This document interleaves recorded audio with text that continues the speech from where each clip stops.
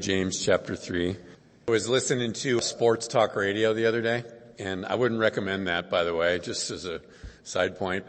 This particular day was actually really cool because the subject turned away from sports to religion. And I was like, all right, this is going to be great. And it's because one of the guys, there were two hosts, and one of them is Jewish, and he had taken Wednesday off because it was Yom Kippur, right? The Day of Atonement.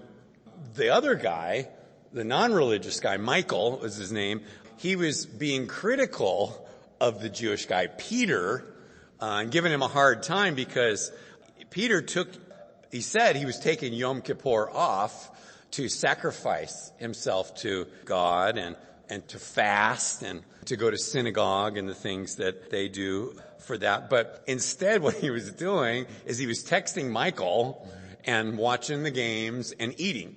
And so Michael's giving Peter a hard time because of it. And so Peter started to defend himself and say, well, to me, it's just a day of reflection. And so I'm reflecting on these things. Just as a side note, that's not what the Day of Atonement is. Actually, what it is it's supposed to be a day of repentance of sin and seeking the Lord for the Jewish people. It actually pointed to Jesus Christ and our need for a Savior and His sacrifice for the world. That's what the Day of Atonement actually ultimately means. But he sees it as a day of reflection. And so he just took the day off work. And so Michael is calling him out on it on the air. And it was great. And this is what I wanted to get to. Peter goes, what am I, supposed to take the scriptures literally? And Michael goes, yes, that's what religion is. And it was just awesome, because I agree with him. And so does James, actually. You see, all through this, what we've been learning so far, he's been trying to get us Christians to make what we believe and what we do to be the same thing. Not just to agree with it, not just to read it, those are good, but to go and do it. That's who we're supposed to be. Otherwise, think about it. Otherwise, the faith that I talk about isn't real, and everybody knows it. So, how do we avoid that behavior? How do we live like a genuine Christian? And on top of that, which we're going to see here, how do we get along with other people while we're doing it? Well, I called this section, Get Your Wisdom from God. That's the title. Because if you don't, you have to kind of make it up like the Peter guy. And we don't want to do that. At least I hope you don't. And actually, right here, I believe we're going to get the answer to one key question. And that is this: where does your wisdom come from? Are you governed by worldly wisdom, or is it heavenly wisdom? And if you don't know, you're going to find out today. At least I hope you will when we get through this. And I think it's even more importantly, not just to know that, but how do I make sure that I get this right in my life? And so, to me, this is such a helpful, practical thing for us today. Whether you're a parent or a ministry leader or a student or a business owner, whatever your sphere of life is, this is a practical way to know how to best get along with other people and to live a life that God calls you to. So we're going to look at two portraits here in just a few moments. But before we do look at these two portraits of two different kinds of people, because they get their wisdom from two different places, James is going to open us up with just kind of like an overview of wisdom and why it's important. So let's look at verse 13 together in James chapter 3. He said, "Who is wise and understanding among you? Let him show by good conduct that his works are done in the meekness of wisdom." Okay, just a quick refresh. This was originally a letter the half-brother of Jesus wrote to early Christians. And it's all about putting faith in action. And we've been talking about that in a variety of ways in these chapters so far, that the people with genuine faith in Jesus will actually show evidence of it in our life, that our actions and attitudes will prove that we are Christians. And so, all through this book, James has been doing what somebody said, he's putting our faith on trial. And And he really has. It kind of pokes at you a little bit, doesn't it? Like makes you go, am I doing what I believe? Am I doing what I say? Last week, in the first part of the chapter, we learned along with Pastor Bill to watch what we say. You guys remember that? If you were here, watch it on social media. Watch what we say. That, our mouths, our tongue was the focus last time. It can either be a blessing or a curse, depending upon where it's coming from. And so Bill urged us to give the Lord control over our words, because that's what James was urging us to do. Well, now he's turned our attention towards how we live. So it's more like what we say before. Now, in this part, it's how we live. Our conduct. He uses that word there, did you see, in verse 13. Conduct. So the idea is like, what kind of wisdom is building your character? What kind of wisdom is building my character? So that's kind of like the intro part. That's why he says there in verse 13, all right, so how many of you guys are wise? Got any wise guys here? How many of you are wise? Now, what do you imagine when you think about a wise person? Maybe it was a grandfather you had, or just somebody I always think of like an old man up on a mountain that knows a lot of stuff, like Yoda or somebody like that. It's like sometimes James wants us to try and see it more like everybody has wisdom of some sort, and it comes out in how we live day to day based on what you know and believe. And so that's a different way to think about it. We all have wisdom input and output.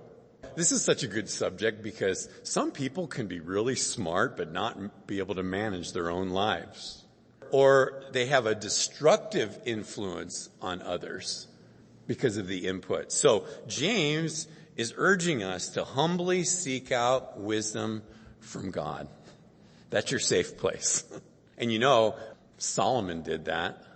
You guys that know your Old Testament, you know that Solomon, when he became king of Israel, he was King David's son, or one of David's sons. He became king, and the Lord spoke to him and said, ask me for anything and I will give it to you. How would you like God to ask you that question? Ask me anything. What would you ask for if he asked you that? Would you ask for a long life maybe?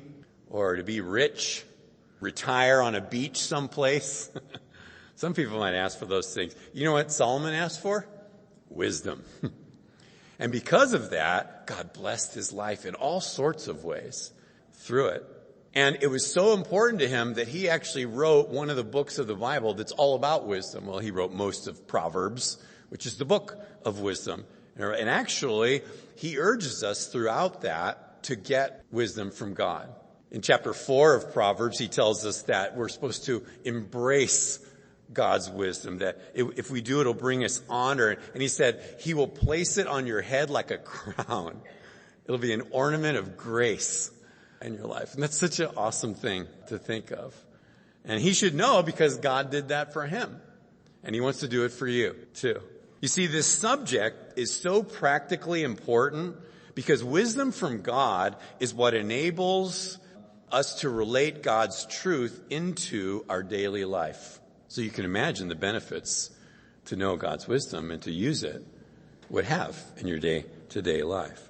Which is why, if you go back one more time to verse 13, James says that wisdom from above produces good conduct. It's the only thing that does produce good conduct. And so the idea here is that the manner in which you live shows if you're wise in the Lord or not. Because our conduct is the proof. We live in a society that does not really look at outcomes as proof of whether something is good or not, but God does. The outcome is very important to him. Godly wisdom.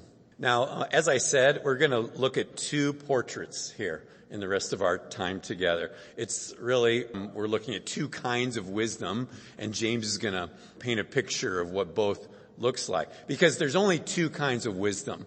Wisdom is sort of like coffee. There's only two varieties, right? You got decaf and fully leaded, right? Coffee. Well, in wisdom, it's either worldly from beneath or heavenly from God. Right? It comes from one of two places. And so James is going to help us determine where ours is coming from. Because in order for me to get along with you, for us to get along with one another, and to live a life that's consistent with our faith, the origin of our wisdom has to be from the right place. So we're going to test it now. And as I said, we'll look at two different portraits. Portrait number 1 begins in verse 14, and I call this Portrait of a Troublemaker. Portrait of a troublemaker is the result of when wisdom is from below, worldly wisdom. And we'll see what the characteristics of that is. Verse 14 says, "But if you have bitter envy and self-seeking in your hearts, do not boast and lie against the truth." Okay, James is going to list 7 characteristics here of worldly wisdom.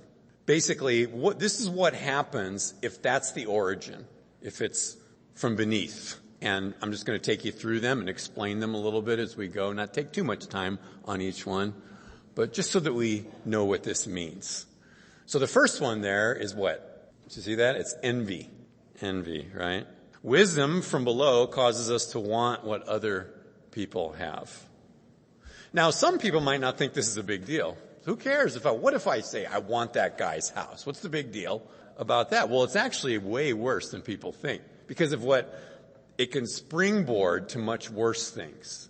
If you get a chance, and I'm going to refer to the Old Testament several times today. I think I already have, but when you go through the book of the Kings, the first and second Kings, first and second Chronicles, there is so much envy in there where the kings of the world or some of the kings of Israel wanted something and it caused them to do horrible things in order to get it. Right? So it can lead to much worse things. And then you move to the New Testament and Mark tells us in his gospel that Pilate, the governor in that region in that day, knew that the priests were wanting to put Jesus to death because of envy.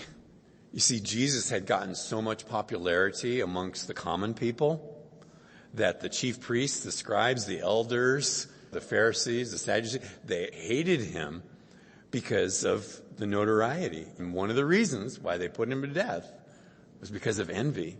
And so the Lord wants us to be aware of that. And if I get my wisdom from the world, I am going to be an envious person. And the way to spot it is if a person is jealous of what other people have. I want what they have. I was looking on Craigslist the other day, and I think Facebook Marketplace, you guys look around at those, and you can find used stuff. And I was looking for a used chainsaw. And I was noticing as I was going through it, you got to be careful because there's so much stuff. And it can just start to suck you in. You know, have you ever been there? Like, all of a sudden, I'm looking for a chainsaw, and I'm like, ooh, a boat. Or big flat screen, or I wish I had a hot tub. You know, I never thought about a hot tub before that moment, right? And you know, it's kind of funny but it can start to plant this seed of discontentment. Well, I don't have a hot tub, you know, that kind of thing. And so in our brains, you know, we are made in the image of God, and our brains will begin to figure out a way to change our circumstances. And I'm not supposed to be led that way. You know, envy can cause all kinds of trouble. I just need to seek the Lord and let him give me what he wants to give me. So envy, he says, beware of that. That's worldly wisdom. Self-seeking is the second one. If you have a study Bible, it might say selfish ambition. And that helps me a little bit understand it more. It's that desire to get ahead of everybody else. And how much of that goes on with the world system? You just got to get rid of those who oppose you or disagree with you. It's that mentality of I must win. I must be right. I must have the last word. And boy, social media is all about that, isn't it? I like Twitter for some things, and some things I hate it. And one of the things I hate about Twitter is like some people just got to keep hammering their point and have the last word. And that comes right from worldly self-ambition. That person's main passion is to advance their own interests. But that's not necessary for Christians to embrace that way. There's a really good short chapter in the Old Testament. If you get a chance to read it later today, it's Jeremiah 45. And in this chapter, what happens is Jeremiah has a friend that in the ministry named Barak.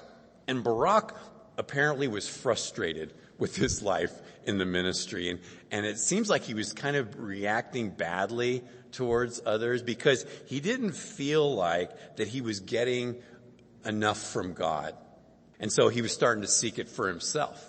And so the Lord, in his grace, gave a word for Jeremiah just for his buddy. And I'm paraphrasing it because I don't have it open here in front of me. But he said, like, don't seek great things for yourself. You're going to mess everything up, man. Just trust me. Just seek me, and I will do something for you.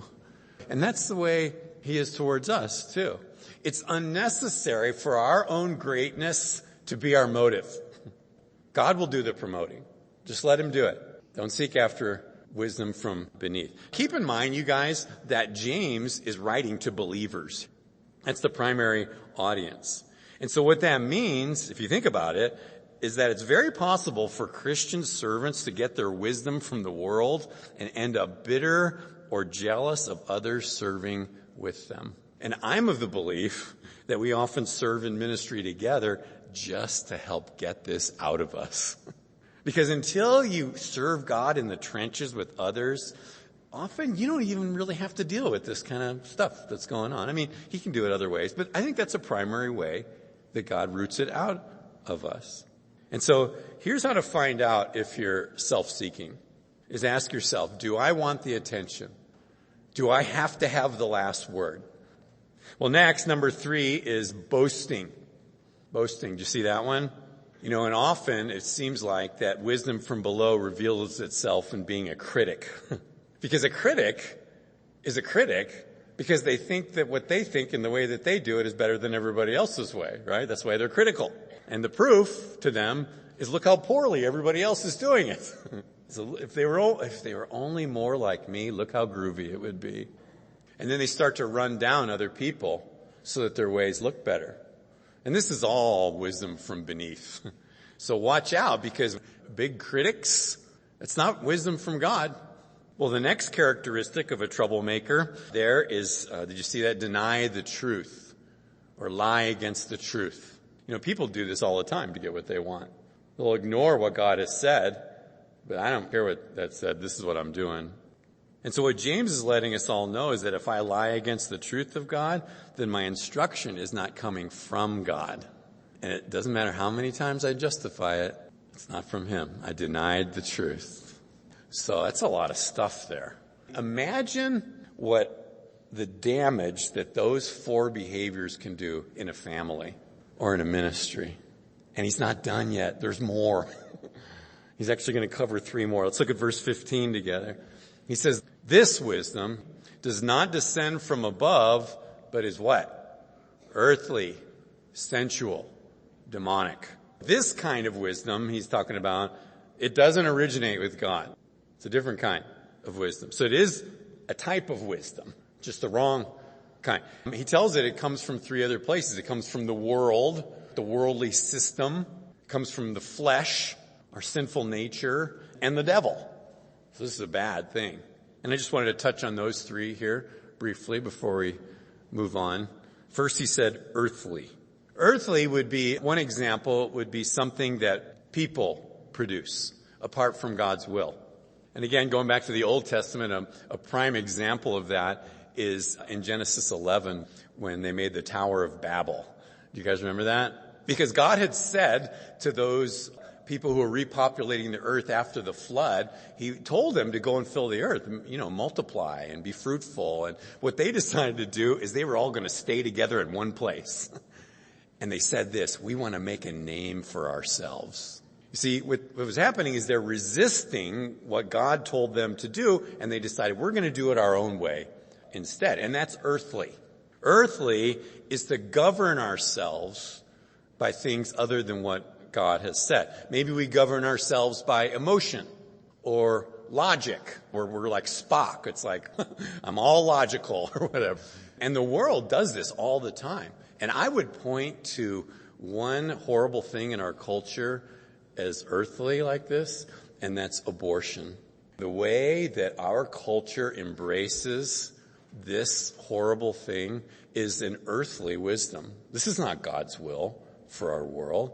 Logic and emotion says, well, you can't just have all these teenage pregnancies running around, all these babies, and so let's make it a pragmatic way to deal with it. Like, are you kidding me? This is the worst smudge in our nation's history, probably. Well, one of them, if not the worst.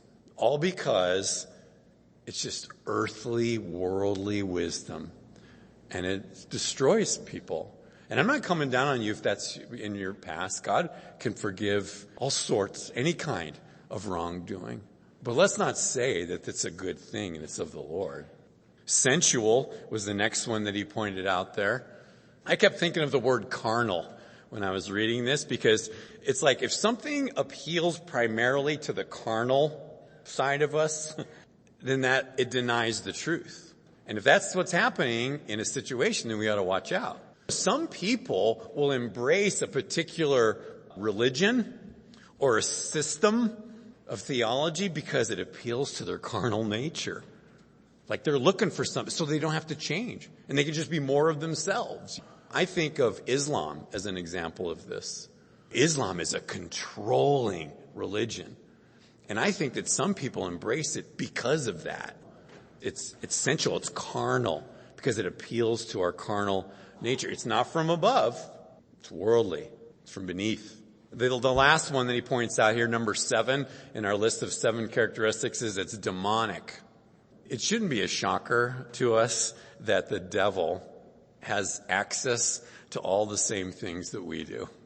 Music, books, and websites and things. I believe, and again, this is written mostly towards Christians, I believe that the enemy is trying to be your mentor. He can't rob you of your eternal glory, but he can certainly influence you into worldliness. And I mean, don't you think that he is just all out to destroy us through things that we enjoy? Things that in and of themselves are not bad? Here's a good question I try to ask myself, and I'm not perfect at this, but a question I try to ask myself is, if I'm going to watch a movie, for example, I try to think, where is the wisdom in that thing coming from? Because then it helps me make decisions more. And again, I don't always choose right. I think it helps because I don't want the devil to mentor me. I want godly influence in my life, in my kids' life, my wife, and this church. Where's the wisdom in that coming from? Now, the summary here in verse 16 tells us where it all leads to, and it's not any better. Look at verse 16. He says, "For where envy and self-seeking exist, confusion and every evil thing are there." Wow. So how do you tell if wisdom is from God or not? What's the result? Is it disorder and evil practices? If so, then it's not. And he uses that word there. You might want to circle it. He uses that word confusion, right? Because I think that's a really helpful word. The world is out for itself and it's confused. I mean, look how agitated everybody is. And it's been going on for a long time. I remember when I was a young man in the 80s, there was a song, a rock song. I think it was Love and Rockets, and it was Ball of Confusion. If you guys remember that song, Ball of Confusion. And through the song, they rap these lyrics talking about confusing things and how everything's confusing. And then the chorus is kind of like, well, that's what the world is today. Hey, hey. And the band played on. They got no solution to the problem. They just point out what it is. And because it is a ball of confusion, right? Because of worldly wisdom, the wisdom from beneath. And so everybody's just running around looking out for themselves. What do you expect is going to happen here? So that's all the bad news. But not so among Christians. And that's the whole point that he's getting at here. And you know what? Here's why it's not so among Christians. And I want to show you 1 Corinthians 14:33. Here's what Paul the Apostle said. And maybe we could all read this out loud together as a church. He said, "For God is not the author of confusion, but of peace, as in all the churches of the saints. That's good news right there. He's not the author of confusion. The enemy is. The world, flesh. You see, that verse actually in context is talking about spiritual gifts being used in the church and how God wants all believers to participate, but he doesn't want us to seek our own glory while we're doing it. Because when we do, it causes disruption and confusion. The good news is that God's Spirit never promotes selfish ambition and confusion, but it promotes peace. It's such a blessing. Sometimes I like to take the verses that I read and kind of restate them another way to help me apply it easier, better with my life. And if I go back to verse 16 with you, you could say this verse another way. You could say, where there are people in the church who are jealous and selfish, there is disorder in the fellowship, and people do all kinds of bad things. You see what that does? It brings it nearby. It's not like, well, it's out there somewhere. We don't have to worry about that. No, not really. It can be right here. It could be me. There's the portrait of the troublemaker. Do you see yourself in it at all? A couple of things, maybe a lot. James sketched it out for us. Let me just quickly review the list for you, because there are things to watch out for. Like things like if we live for ourselves only. That's wisdom from below, or being contentious or harsh or stubborn, unforgiving. Who wants all that? Well, that's what you get with worldly wisdom. It's the output. So how do we make sure that we get this right? How do we get along with one another? Well, he tells us next. He says to get our wisdom from heaven. So in part 2 now, we're going to look at portrait of a peacemaker. So we looked at the portrait of a troublemaker. So now he's going to sketch out this portrait of a peacemaker. And it's because this is wisdom that comes from heaven, godly wisdom. And here's what he said in verse 17. But the wisdom that is from above is first pure, and then peaceable, gentle, willing to yield, full of mercy and good fruits, without partiality and without hypocrisy. So there's 7 things here that are the result or characteristics of wisdom from above. This is what it's going to produce. Godly wisdom.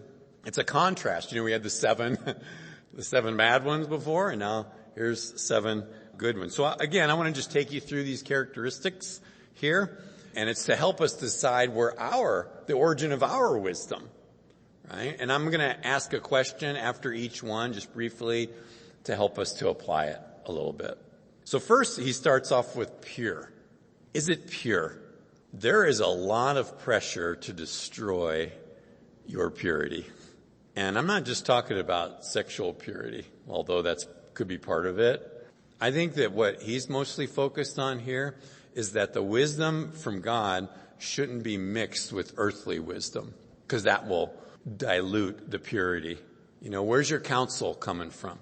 Is your counsel from the Lord, from his word, the Holy Spirit, other believers who are out for your best interests? Or is it coming from somewhere else?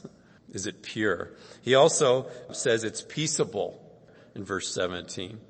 You make peace through heavenly, godly wisdom, not worldly. We already looked at that. Remember, what does worldly wisdom produce? Confusion, agitation. God wants people to have peace between them. And God's wisdom spreads peace, actually. So then we're not out looking for a fight. Do you know that some folks go on social media just looking for a fight? And they say it's of the Lord. Well, that kind of wisdom is not from God, no matter what's said or how we justify it.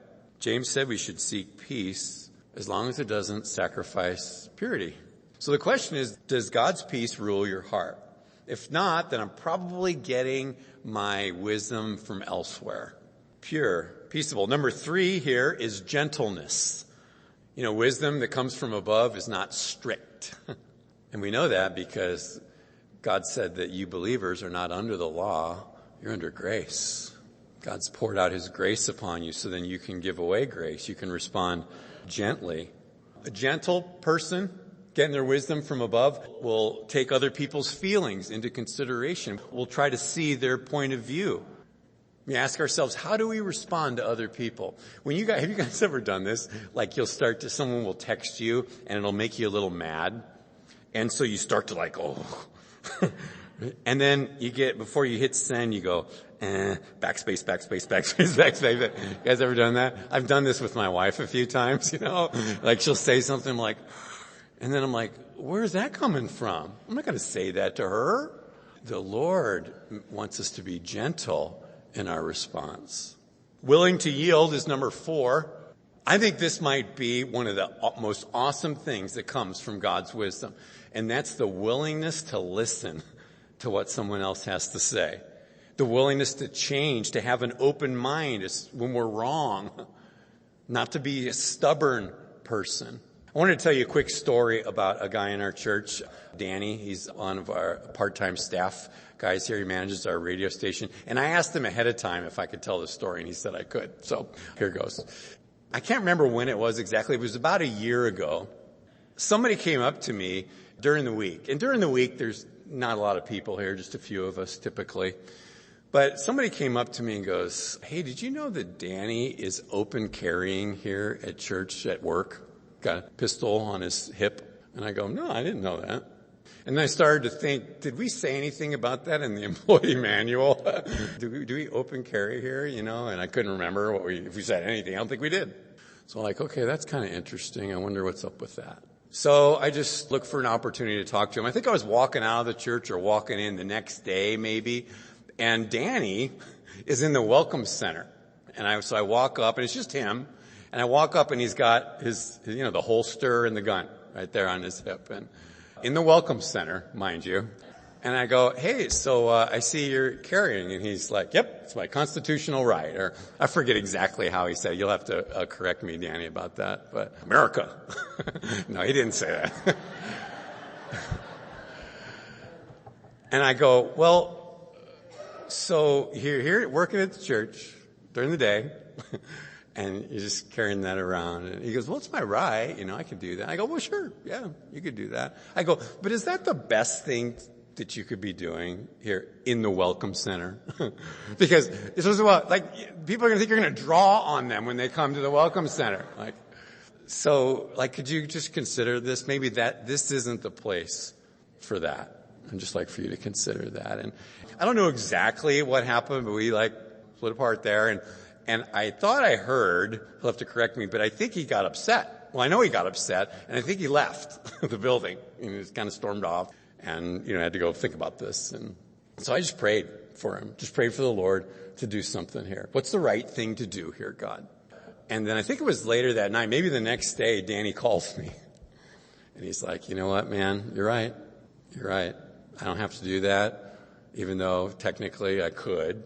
I care more about what God is doing, and I yield to what he talked to me about, and I changed my mind, so I'm not going to do that. You see, God's wisdom does not produce rigid people. It just doesn't. You see, one of the key components of being a follower of Jesus is this. Are you willing to change? You see, Danny's a follower of Jesus, and so he's willing to change in that moment. And we're all confronted with different ways of, am I willing to change? Because really, my faith goes no place if I'm not willing to change. So if we come to the scriptures and we hear a message and we always are thinking of, well, that person needs to hear that, but I'm fine. That's a problematic attitude to have. So the question to ask is, am I unreasonable? Am I stubborn? Are you willing to listen? So number 5 here is full of mercy. What does that look like? Full of mercy. Well, I think a big part of this is if you know somebody who's really screwed up, really fallen because of sin or just messed things up. And what's your response to that? You just go, it was just a matter of time before he did that. Or you try to help build them up.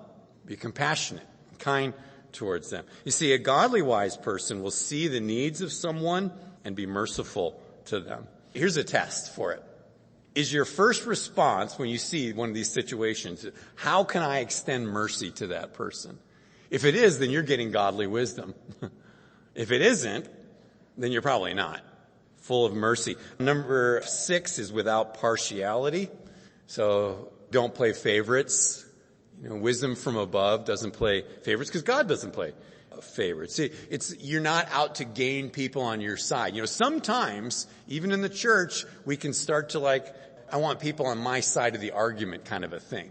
Well, when I was reading this, what the Lord convicted me of is I should want people on God's side, even if it's not my side, without partiality. And then the last one here is without hypocrisy. So that would be sincere and genuine. You're not pretending. You say one thing and do another like the guy on the radio.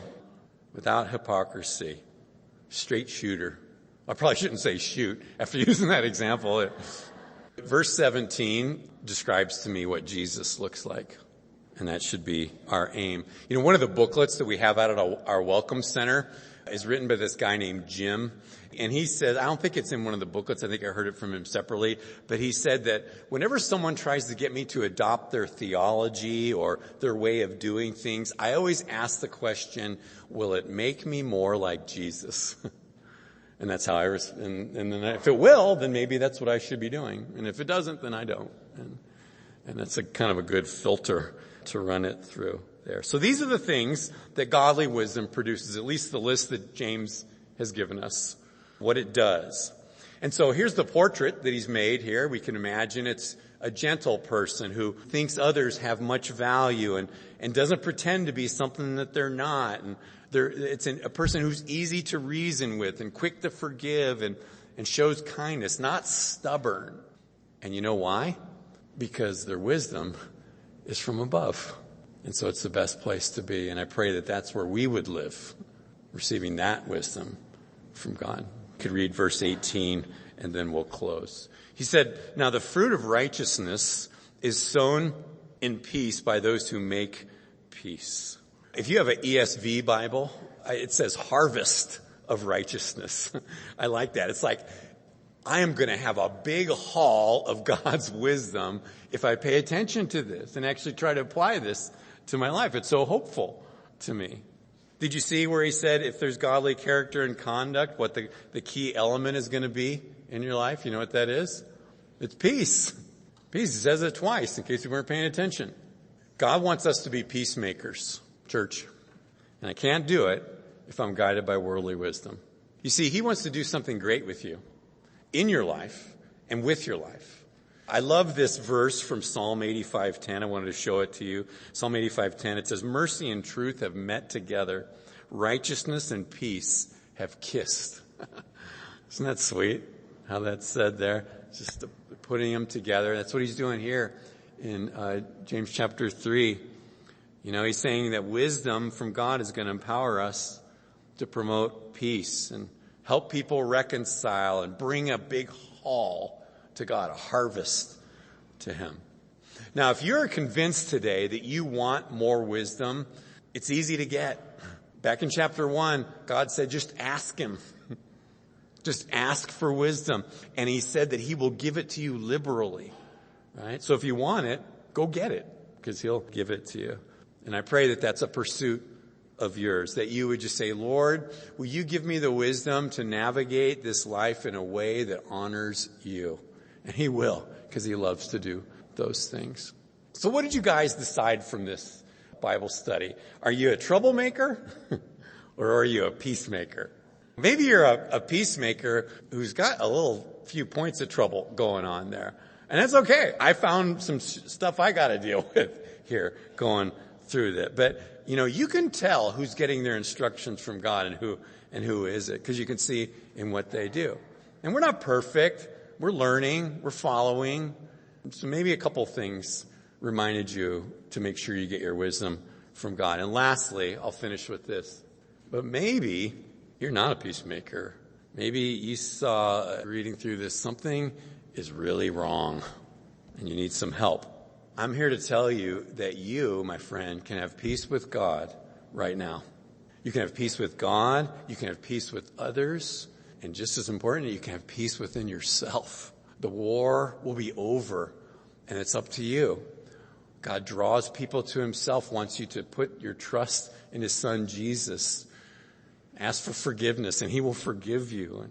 You believe on God's son, he will make you free.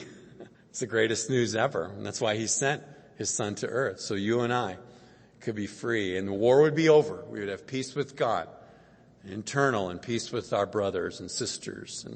And I pray that's what will happen to you. I'm going to pray for you in just a moment. And